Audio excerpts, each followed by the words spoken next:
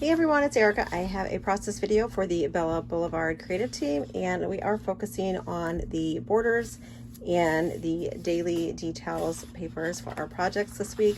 So I have this one. I have a whole sheet of this as well in here, but I'm going to use this one since I've already cut out of it. My plan is to use this on the layout. Not exactly sure how, but I know I want to use this strip. And then I'm going to fussy cut these florals here. And then that's all I have going for now, but I'm gonna put these down on the page, and I might use some of these strips to kind of frame my layout, or these hearts down here, but I'm gonna be focusing on these two papers, try to use as much of them as I can on a layout, and go from there. So I'm gonna go ahead and start cutting these up and get started. Okay, so I'm gonna start by cutting up the daily details page. Gonna cut off the braiding strip and then cut off that row or that strip that has the tags and the cards. And then I am going to start trimming off some of the borders. I do use quite a few of the borders on that borders page. And then for my background, I am going to use this pattern paper from the collection as well. It is a white background and it has like the chicken wire as the pattern. It's very, very subtle, but I thought it'd be the perfect background. I'm usually a white cardstock type of girl, but this will work just the same for me because the pattern on it is very, very light.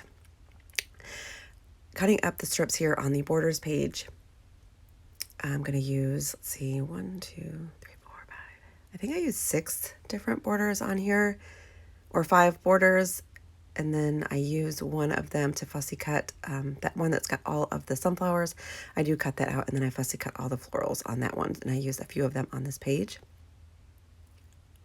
Actually, I think I used 6. I do 6 borders, 3 on each side, the left and the right.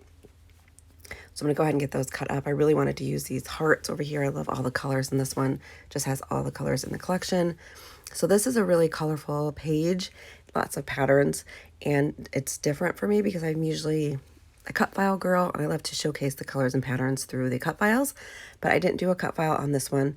Instead, I do fill up a lot of the space on this 12 by 12 with the photos and papers from the daily details and the borders paper. So you'll see that here in just a little bit. I end up getting 8 photos on this layout, which is a lot for me. I'm usually like 1 to 2 photo kind of girl, but I do get quite a few photos on there, so that makes me really happy. Gotta adhere this strip to the left side of the page and then start adding in the borders. So I have these 2 borders here on the side, the red with the dot and then the colorful stripe. And then on this other, on the right side, I have the yellow gingham. I have a blue, like a navy blue grid, and then I'm gonna layer the hearts on top of that. And then I do have a black strip from the borders that says love you to the barn and back, and I'll put that over the stripe and the red on the left side. Here are my photos. I'm just going to get them laid out to make sure they fit good here in this little section, and then I am going to mat them on different color pattern papers from the collection, and each one has a different pattern paper behind them. Just going to pull out some of my scraps. Want to use my scraps first. And then I will get these all matted and then get them adhered to the layout. So I did want to add lots of color behind the photos, so I made sure to mat each one on a different pattern paper from the collection. So I have some red, some green, some blue. There's some black and that light blue. So lots of color behind them as well. And then I will get them adhered to the mats and then get them adhered to the layout. I did want to add a little something to the top and the bottom of the layout where the photos are going to sit. So there's like that white stripe that, or the white, the white open space on the page. And I felt like I needed to put something along the top and the bottom there. I did choose one of the borders to put there, and it has like the circles with the little animals inside each one. But that strip was a little thick and my photos didn't sit well on that. There wasn't enough room. So I ended up going to the sticker sheet and adding this yellow scallop sticker to the top and the bottom. And I love the way that that looks.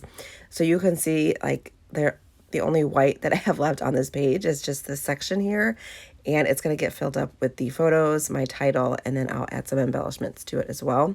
So this page is like completely full with photos, patterns, color, and it's totally different from what I normally do, but I really, really love the way that it turned out.